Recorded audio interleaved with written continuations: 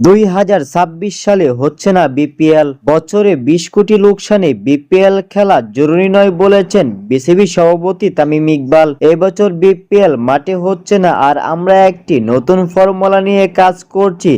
যখন 60 থেকে 70% কাজ সম্পূর্ণ করা যাবে তখন আমরা আনুষ্ঠানিকভাবে জানিয়ে দেব যে আমাদের ঘরোয়া ক্রিকেটের ক্যালেন্ডারটি আমরা কিভাবে সাজাচ্ছি।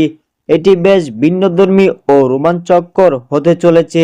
এই বিষয়টি তামিম ইকবাল আরো স্পষ্টভাবে বলেছেন যে 2026 সালে তাড়াহুড়োর মাধ্যমে বিপিএল খেলাটি অনুষ্ঠান করা সম্ভব নয়। তার মানে বোঝা যাচ্ছে 2026 সালে বিপিএল খেলাটি আর হবে না। পরবর্তী বছরে বিপিএল খেলাটি তামিম ইকবাল সভাপতির মাধ্যমে আরো বড় সহকারে আয়োজন করা হবে, এটাই সম্ভাব্য আশা করা যায়।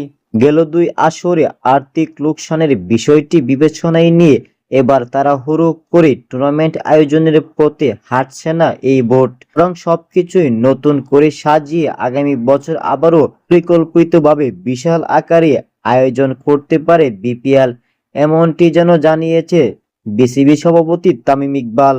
বরং সবকিছু নতুন করে সাজিয়ে আগামী বছর আরো পরিকল্পিতভাবে বিপিএল ফেরানোর উদ্যোগ নেওয়া হচ্ছে বিসিবি থেকে।